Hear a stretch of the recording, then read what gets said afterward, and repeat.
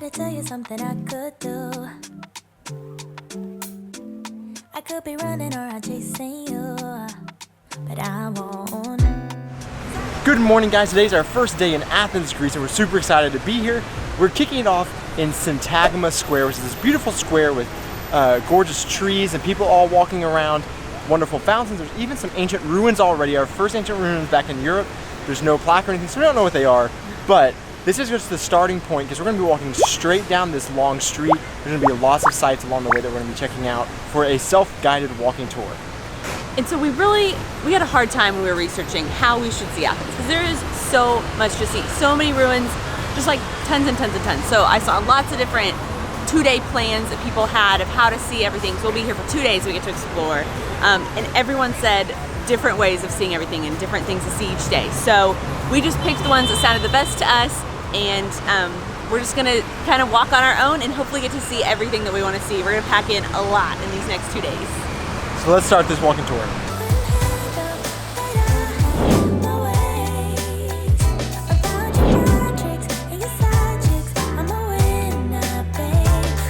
I love Europe.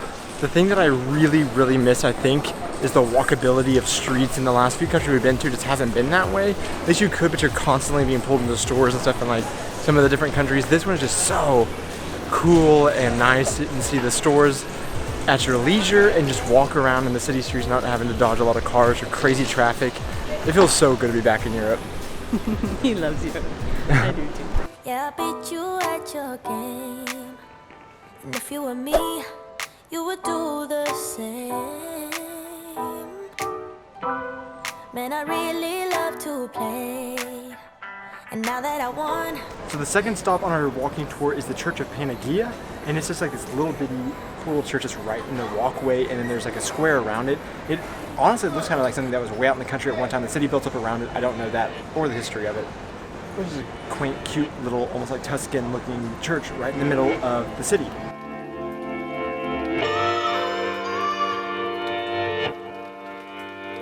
And then just minutes down the road, we've come to Monastiraki Square, and it's just this beautiful open square, and we're getting our first views of the Acropolis, and it is gorgeous up on the top of that hill. So this is really great. Good walking tour. Not really sure what's going on back here, but it's all right.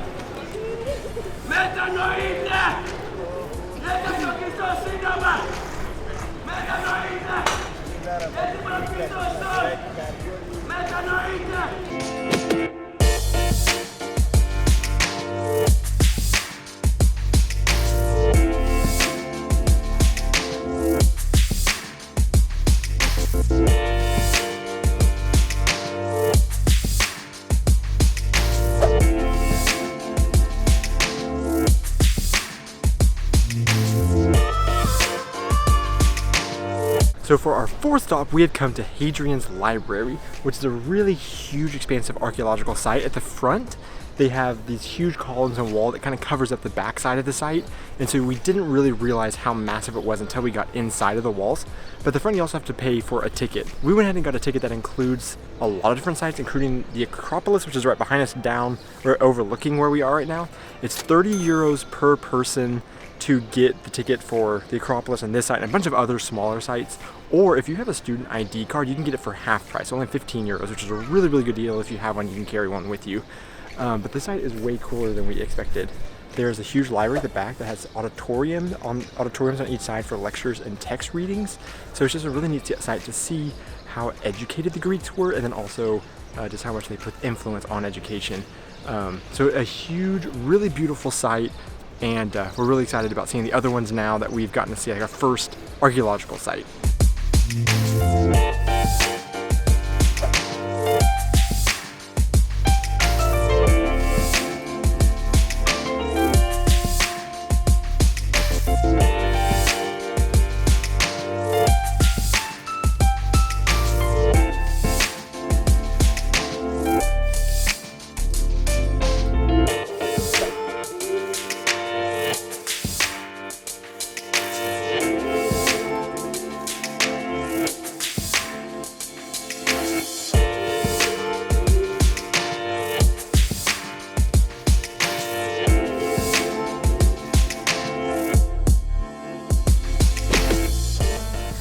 Okay, stop number 5 of the day is the Roman Agora, or the Roman Forum, and so this is just a big open area with lots of columns all around it. Another really cool place that was on our little pass we get to use. It was built between 19 and 11 BC, so pretty old over here, but still lots of really well preserved columns.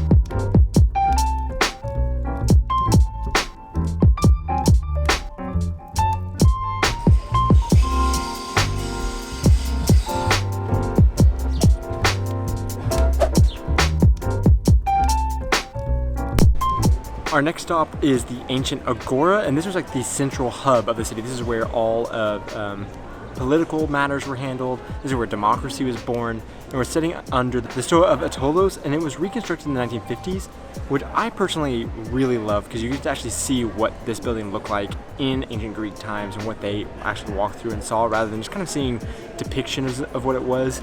And there's a really neat museum in here, really beautiful statues, but this is a huge area. It's like a big city park. With tons and tons of archaeological sites and statues still setting out in the gardens, and lots of stone columns, and it's all again just right underneath the Acropolis, because that was the major like religious site. So it's all kind of based around this area. So it's really cool too, sitting under the Stoa, literally cool as in thermal temperature. So we're just taking a little break here and chilling out. We're actually getting through all the sites a lot faster than what we anticipated. We thought we would struggle to get through 9 sites today, but we are flying through them because they're all really close. And so it's really neat walking around the city, getting to see a little bit of the city, and then just go from site to site really easily. No public transportation needed, just your 2 legs. So we're just gonna sit here and rest for us a little bit, and then check out the ancient Agora, and then we'll move on to some more of our sites.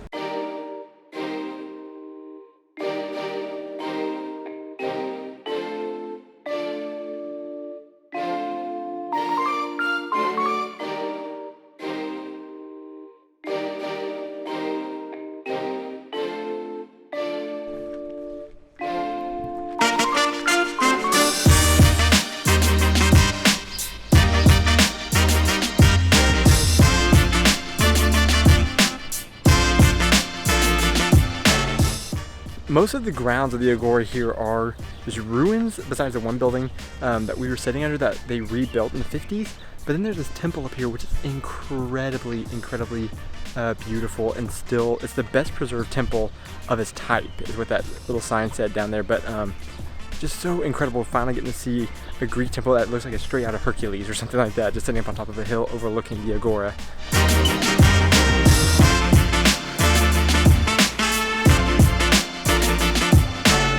We just popped into Olympion, and this has the tallest columns we have ever seen. The capitals are huge and gorgeous, so this is really cool to see. However, we probably wouldn't recommend paying to come in here. This was included in the pass that we bought, so we popped in, but you can definitely see it from outside the gate and just see basically everything we're seeing from inside the gate. Really cool, but probably don't need to come in and pay for it.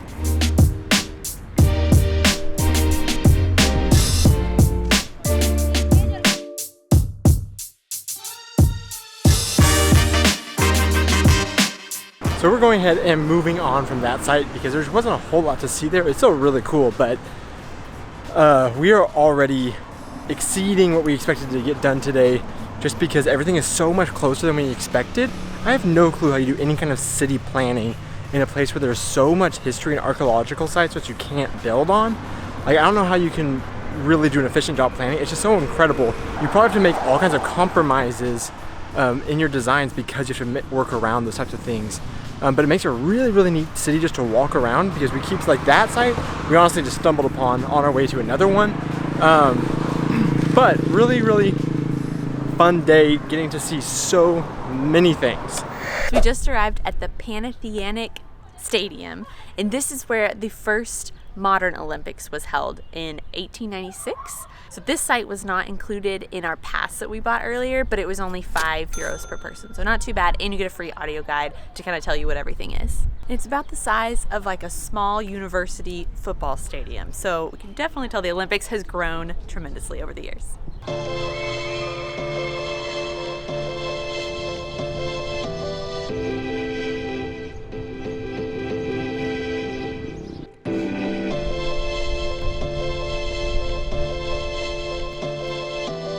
So these are seats that Aubrey would normally get to sit in because they were reserved for the royals. She thinks she's a princess, but... So this wet and cold cave is actually the tunnel that leads down to the stadium from the changing rooms up top. And even, they said, Roman gladiators and athletes from all generations have walked through this tunnel.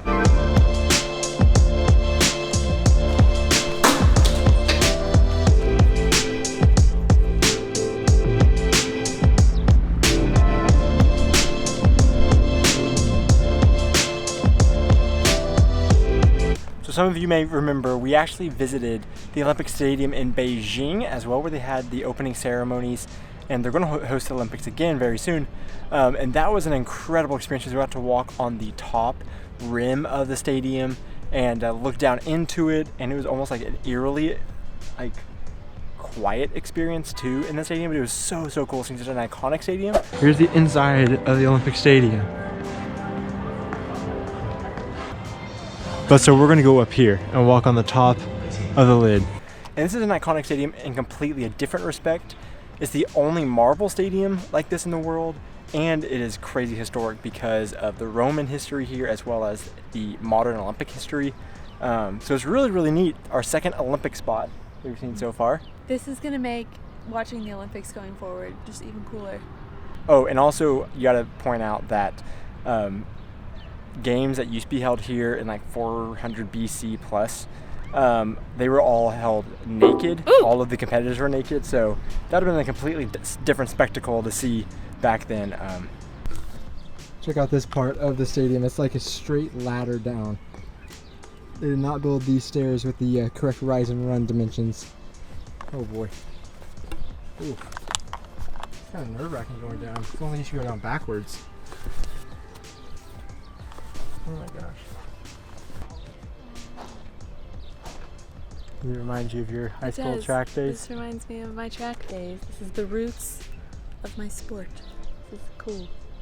Ran hurdles, by the way. I don't see any hurdles out here, but this is cool. Oh, my shoes are coming off.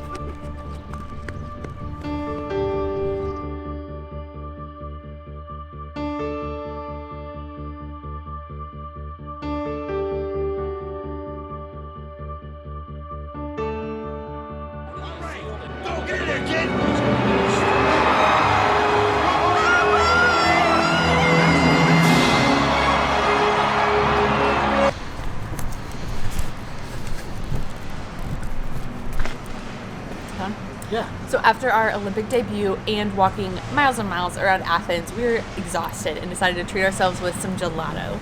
Of course, when we were coming to Europe, this is one of the things that we were most excited about, is getting tubs and tubs of gelato while we're here. But we're going to be going back out tomorrow and doing just as much as we did today. So we hope that you enjoyed this first day of Athens, and you'll get to see a lot more tomorrow. If you liked it, please go ahead and hit the like button and also subscribe so you can keep up with more of our adventures and you can see our next day in Athens.